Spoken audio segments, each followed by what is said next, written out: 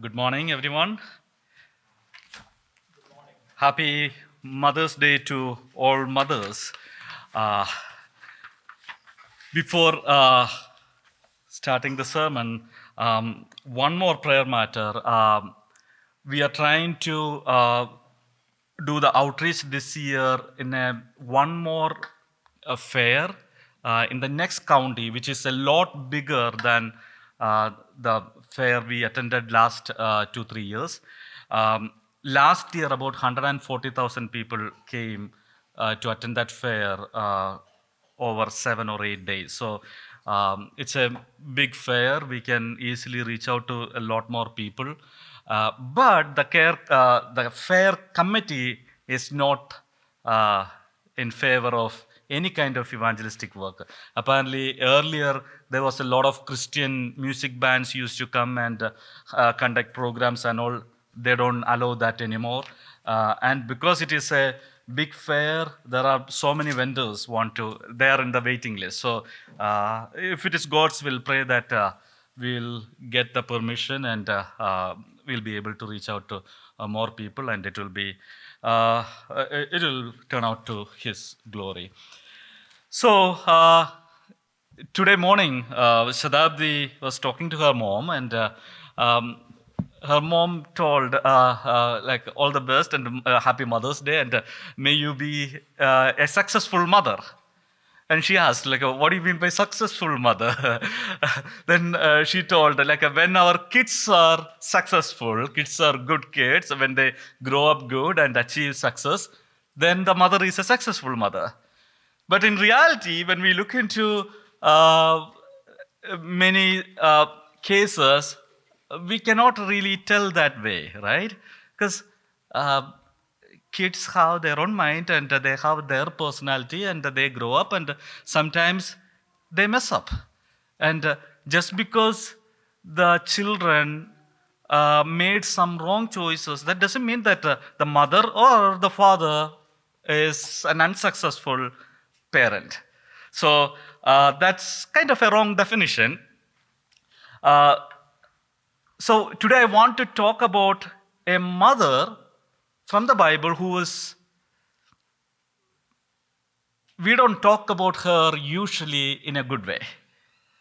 It's not because of her motherhood, but because of a statement she made. And there is only one verse about her in the Bible. It's Job's wife. We may think, like, what can we talk about Job's wife? There is only one verse, Job chapter 2, verse 9. That's the only verse.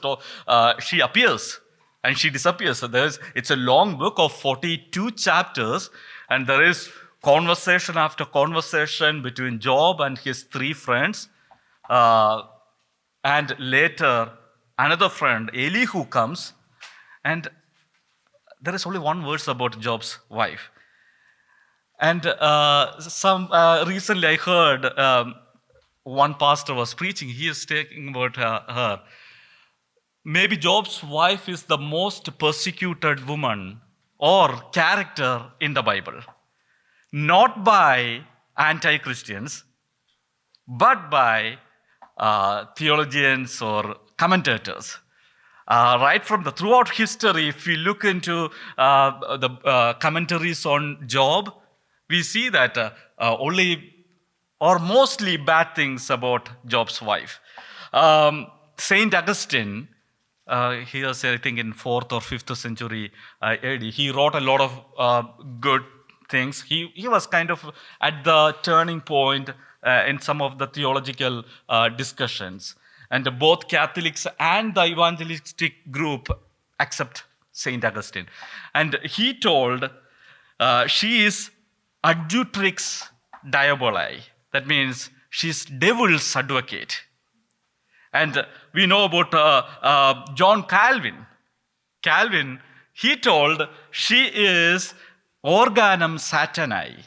That means she is the embodiment of Satan. Saint Chrysostom called her the devil's best scourge. And another famous theologian and philosopher, Thomas Aquinas, he told uh, Job's wife did not go through any of these things, not because uh, Satan did not want to trouble her, but because Satan wanted to use Job's wife as a tool to punish Job. So most commentators throughout the history talk only bad things about or negative things about Job's wife. But if we look into the Bible, yes, she made a wrong statement, but we need to consider the circumstances also. Let's start. The first part we can see that in chapter 1, we see a mother's worst fear comes to Job's wife. What's a mother's worst fear? Something bad happens to the child. Like we just heard about the testimony from sister. Like last 1 week was difficult because he couldn't talk much and he couldn't express. So it is difficult. So just a small sickness is so difficult. So think about something bad happens to a child, to the life. And here, not one child. Job chapter 1, verse 18 and 19, we read that while he was still speaking, another also came and said, your sons and your daughters were eating and drinking wine in their oldest brother's house. And behold, a great wind came from across the wilderness and struck the four corners of the house. And it fell on the people, and they died. And I alone have escaped to tell you. The worst fear of a mother, or the worst thing that can happen to anybody in a family. Anybody in a family. Imagine I'm being a brother, and if my all siblings pass away in an accident, that's the worst thing can happen to me. And here, when it is the pain of a mother, that's a lot more than usually the pain of fathers or brothers and sisters or most others in the family. Because mothers have suffered a lot to bring up the children. So their pain is a lot more than usually others in the family. And here it is not one child, not two children, all 10, 7 boys and 3 daughters, they all died in one day. 10 children, all children. And especially in the Old Testament time, where number of children and number of cattle and other things, cows, and those were the wealth of people. And she lost everything. And we know that that's not the only thing. If we read the verses before, we read she lost a lot more things. Usually we talk about Job as at the suffering end. We only talk about Job. He lost his wealth. He lost the donkeys. He lost the sheep. He lost all the servants. There are, I think, four plagues came to that family. But we need to understand one thing. It affected not only Job, it affected Job's wife also. We don't talk about that. Anything happened to the husband usually affect the wife also. In most cases. Now we know that we live in an evil world. Sometimes wives or family members are happy about bad things happen to their family members in rare situations. But we know that in mostly anything happen to the husband, that happens to the wife also, good or bad. That's a vow we take during the marriage, isn't it? Good or worse, and in hunger or in we stand with each other. So that means whatever happened to the suffering happened to Job, it happened to his wife also. And to think about this, it is one thing to have one trouble at a time. Here, it's not one thing. They lost their house, they lost their wealth, they lost their servants, they lost their children. And later when we read, I think chapter 18, 19 and all, we see that they lost their the social status. Job, again, it's through Job's words. Job is saying that when I come to the gates of the town, the young ones, they move away. The older ones, they stand up. When I start speaking, the lords, the princes, they stop talking and listen to me. So people from all background in that community, old and young, people from the low social status and high social status, everyone used to respect Job and listen to him.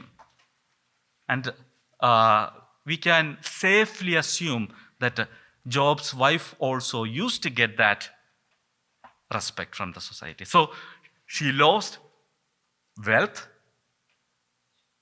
children, social status, and what is she seeing?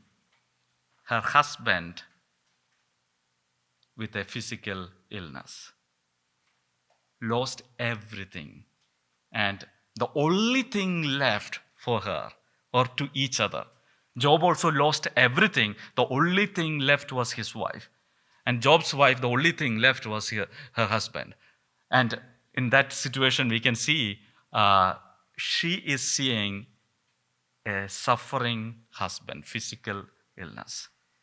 The worst thing that can happen to anybody. We all have different times of trouble in our life, but none of us have come to a situation, anything similar to this. Lost everything, everyone, social status, children, everything. And when we come to chapter 2, we see that infamous statement of Job's wife. Chapter 2, verse 9 and 10. Then his wife said to him, "Do you still hold fast to your integrity? Curse God and die." Curse God and die. We persecute Job's wife because of this statement. Curse God and die. But it is interesting, the word used there in Hebrew language it's barak. Barak, except in the book of Job. In the book of Job, it is used 4 times, except in the book of Job, everywhere else, everywhere in the Old Testament in Hebrew, it is used to, when we translate, we use bless. Only in Job, we translate it as curse. And in Malayalam Bible, ഇതൊരു പുതിയൊരു സത്യത്തിൻ്റെ bilingual ബൈബിളാണ്. ഇതിനകത്ത് പറഞ്ഞിരിക്കുന്നത് ദൈവത്തെ ത്യജിച്ച് മരിച്ചു കളയുക. In some older versions, it's ശപിച്ച് മരിച്ചു കളയുക. So it is interesting why that word blessing, instead of bless, it's used as curse. The first time it is used in verse 5, chapter 1, verse 5, it says that when days of feasting had completed their cycle, Job would send and consecrate them, rising up early in the morning and offering burnt offering according to the number of them all. Job said, "Perhaps my sons have sinned and cursed God in their hearts." That word in Hebrew is barak. Usually we translate as bless. But from the context, we know that we cannot, he doesn't have to worry if they were blessing God. So we usually take it the opposite meaning as cursing God. The second time we read that when Satan came to Job, Satan came to God and talked to God, and there we see that Job told, verse 9, 10, that part, it says that, verse 11, "Put forth your hand now and touch all this he has. He will surely curse you." Again there, the word in Hebrew is barak. And when we come to chapter 2, Satan comes back to God and repeat the same thing. There also he used the word barak. But from that context, we can understand that it is not in a positive way. And that's the word Job's wife is using here. We don't know why exactly she told that. can we assume based on this statement that she left God, denied God? It is difficult to say because she is a grieving mother. She is a traumatized woman. And we know that when we are angry, what all things we tell? We tell a lot of things we don't mean. And she is not the only one who was angry at God. We can see later in this book itself, even though Job did not use the same words, we see that Job is accusing God. You are, without any reason, you are persecuting me. Job is accusing God. Because we can see that. And it is true. Job doesn't know what exactly is going on. He knows that he hasn't done anything wrong. And he is wrongly being suffering. So, he, within his limited knowledge, now we know because we know the full picture. But Job did not have that full picture. So within his limited knowledge, he was wrongly being punished by God. And that's exactly the most probably Job's wife was doing. When people go through things like this, they say things they don't mean. I remember when my dad passed away, my mom told, I am angry at God. That this is her. എനിക്ക് ദൈവത്തോട് ദേഷ്യം തോന്നി. This is her words. And it is normal. There are times we feel angry, even to God. And Friday, I was talking to a sister who lost 3 children through 2 miscarriages. And the first time, it was, I think, 4th or 5th week, there was a miscarriage. And she's like, I was okay. It is after about 10 years of all kind of treatment, she was pregnant and she lost the child about a 4th or 5th week. And the second time, when the pregnancy was about 14, 15 weeks, she was severely sick. It was a life-threatening situation. The doctors told that the only solution is abortion. And she decided, no, even if I die, I'm not going to do that. And she was kind of in deathbed. And after 2 weeks, it was a twins, and she lost both the children. She's the daughter of a missionary. And she told, I was angry. I didn't want to hear anything about God. I was angry at God.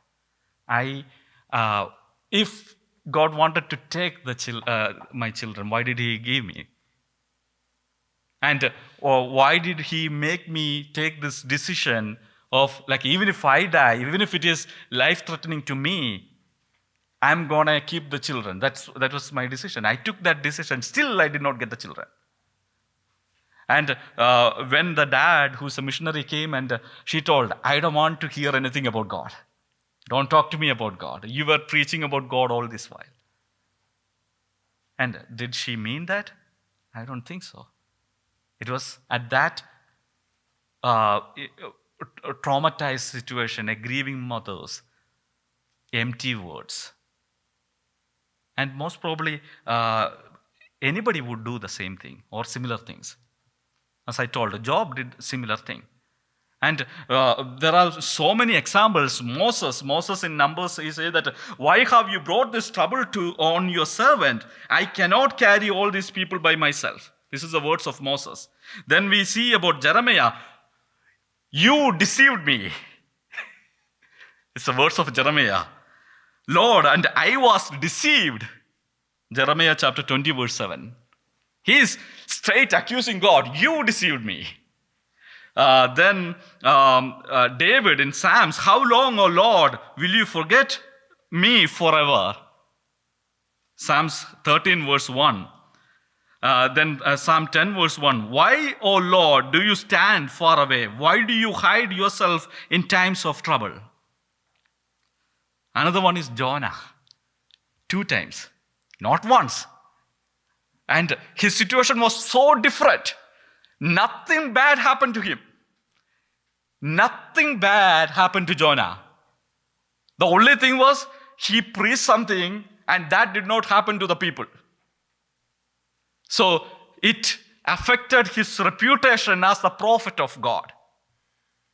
And he was angry with God. Why? Because God did not kill more than 100,000 people.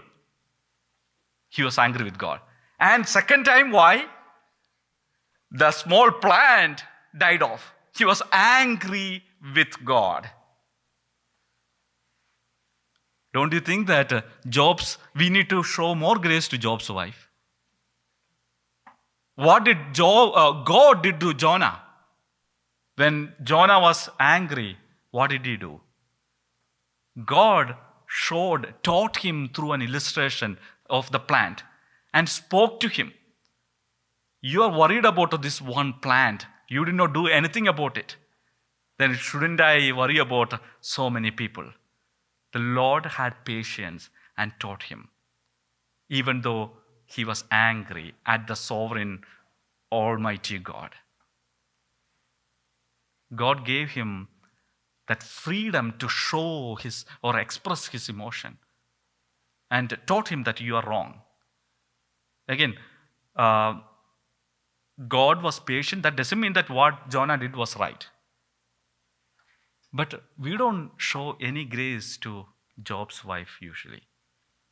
Another one, Habakkuk. Oh Lord, how long shall I cry for help and you will not hear? Another one, Elijah. I have heard enough. Lord, take my life. That's what Elijah told.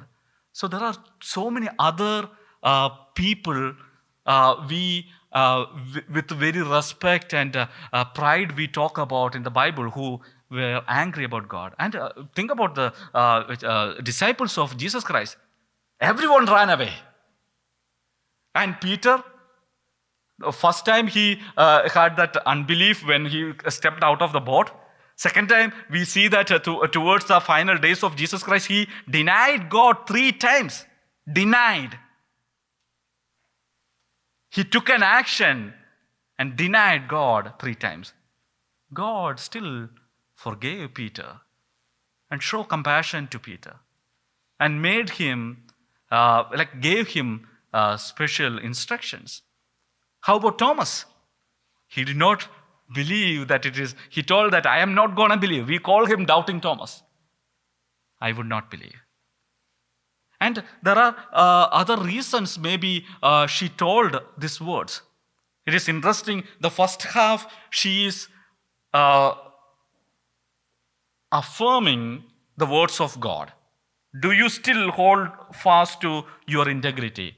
That's what 2 times God told about Job. He's a man of integrity. So he is reflecting the words of God. And the second part of her sentence, she is reflecting the words of Satan. Curse and die. So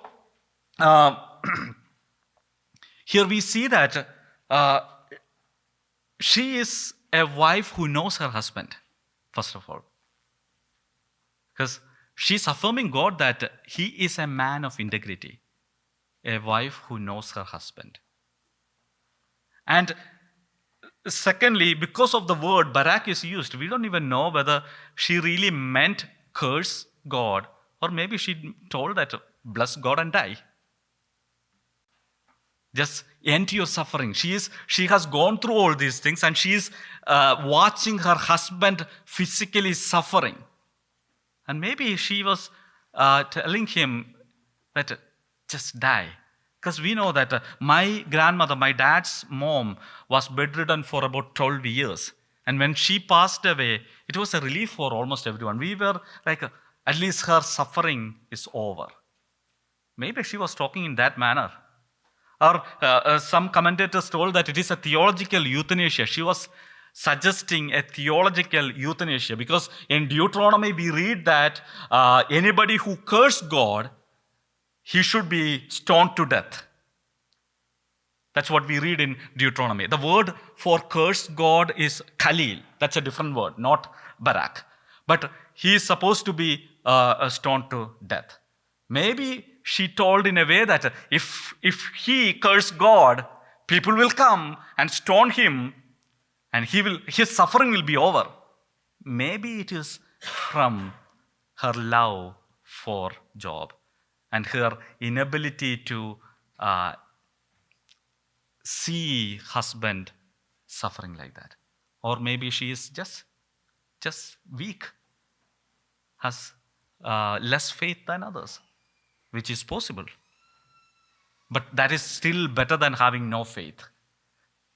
She was still talking about having a conversation with God. I take it as her honest lament. She's lamenting that let this be over. I think it is from her love for and all the trauma they were facing. The next thing we can see is a silent strength of suffering mothers. After this verse, we don't see Job's wife at all in this book. Throughout this book, we don't see that at all. But we can understand that. Oh, one more thing. Usually we call, from the last point, we call Job's wife as evil. I think instead of calling her evil, we can safely join Job. Maybe she's just a foolish lady. That's what her response. You speak as one of the foolish women speaks. That's the extent I would go if I will be talking about Job's wife. I will not call her a devil or a tool of Satan, but she is just a foolish woman who is going through strong emotions and suffering. So next, we don't see her at all in this book, but we can safely assume that she stayed with Job. Job's wife fades away from this background to the background, but we can see that she's still there. In Job chapter 19, verse 17, he's saying that my breath became an annoyance to my wife. Just read that verse, Job chapter 19, verse 17.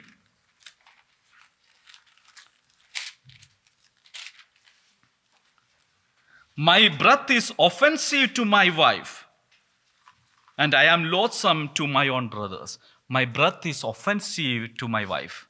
That means she is still with him. She stayed, even though she is silent, she is with him.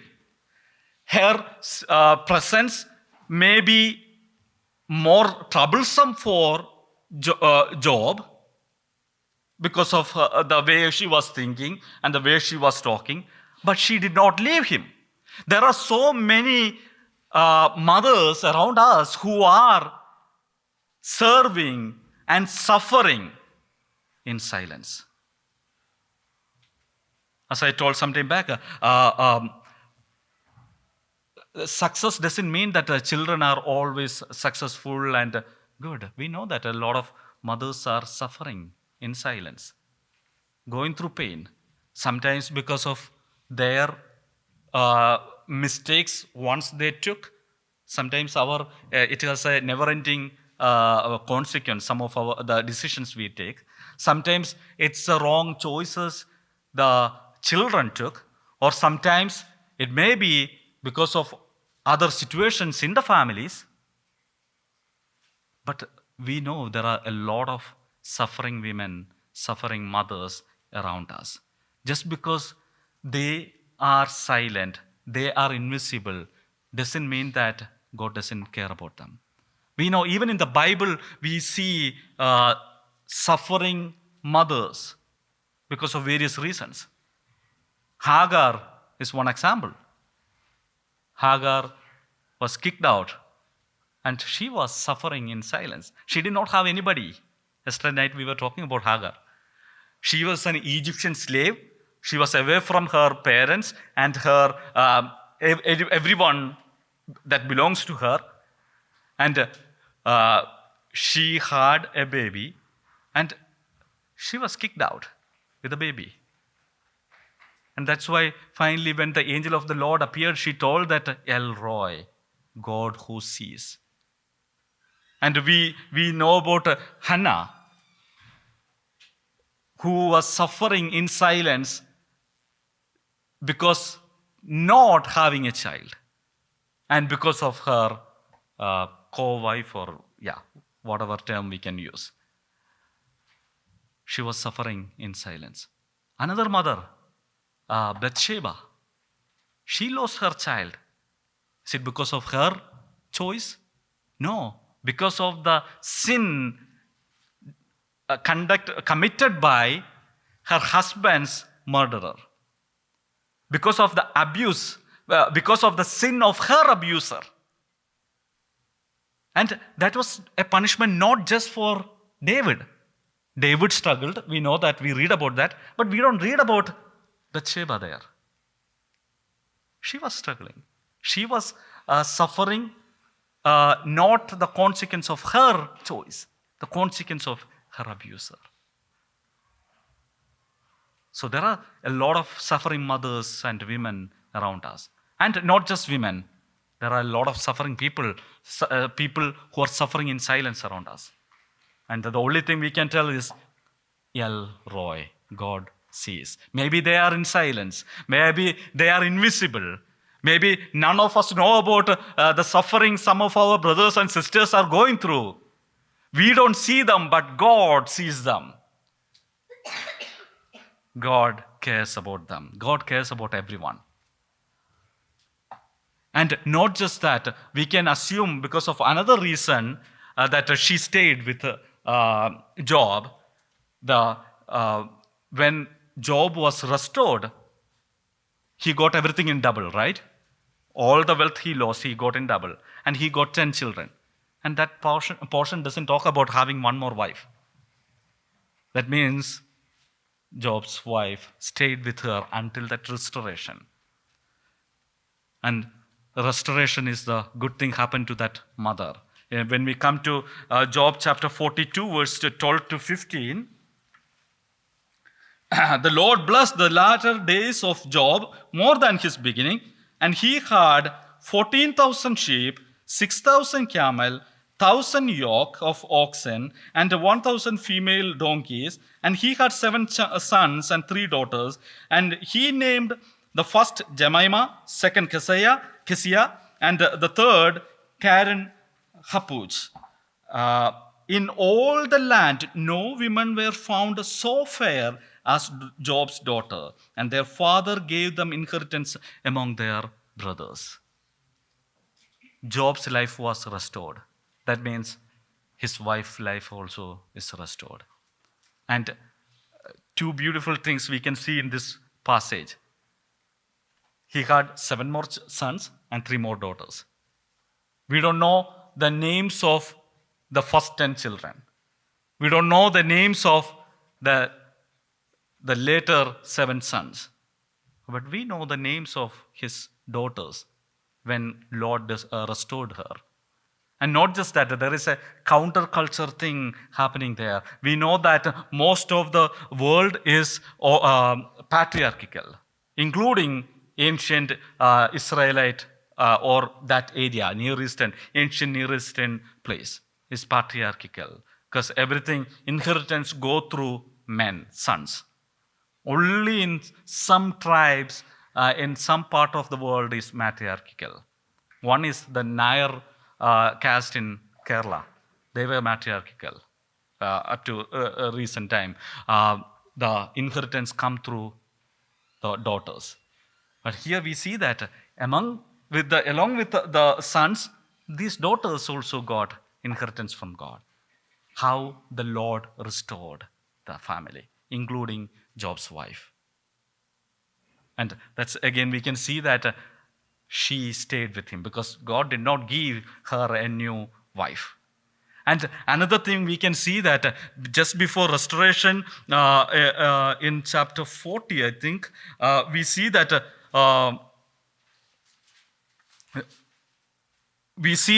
God called Eliphaz and God was angry with them.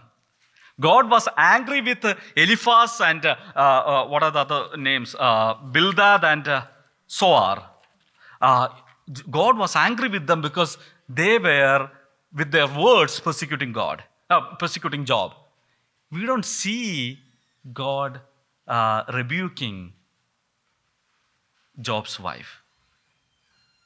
I think it is because God understood more than us, He understands, and God understood that this is the words of grieving mother.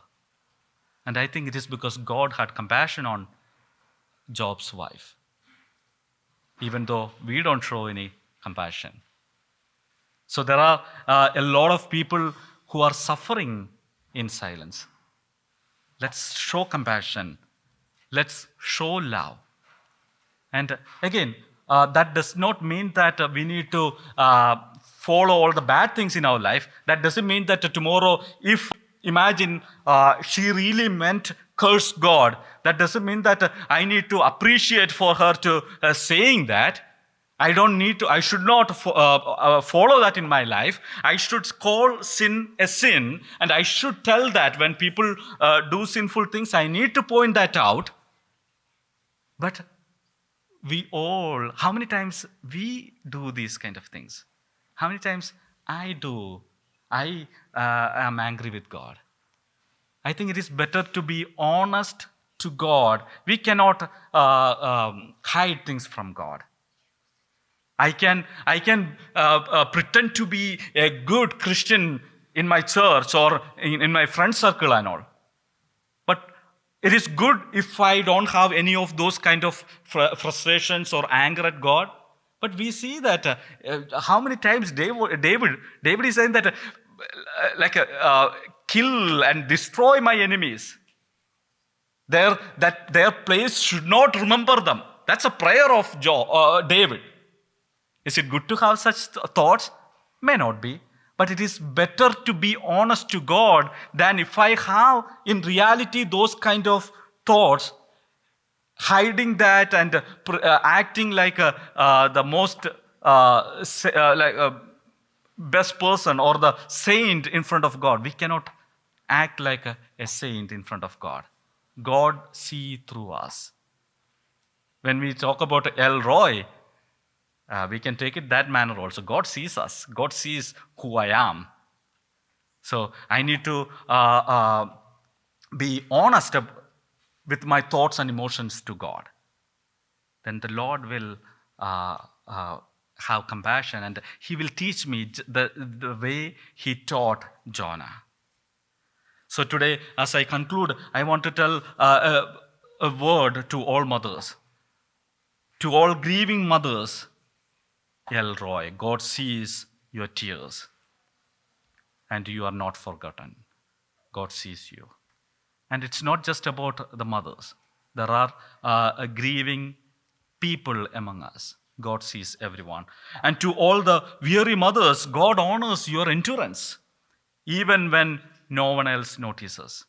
Usually people who work hard, they work at the background. A lot of people we know, right? They don't come to the main stage. They work hard at the back of the stage. But God sees them. God honors them.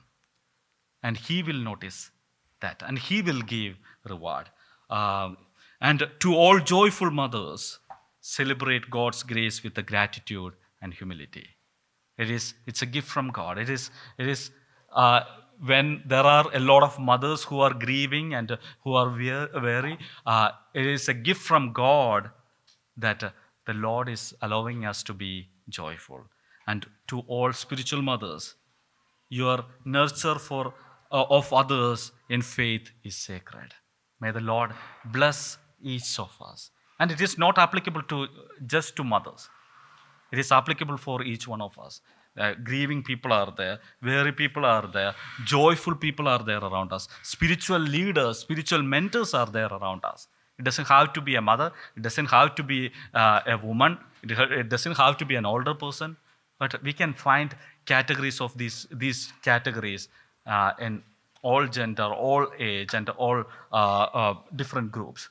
So may the Lord help each one of us to be closer to Him, show more compassion, to be honest in front of God, and to glorify Him through our words, thoughts, and actions. May His name be glorified.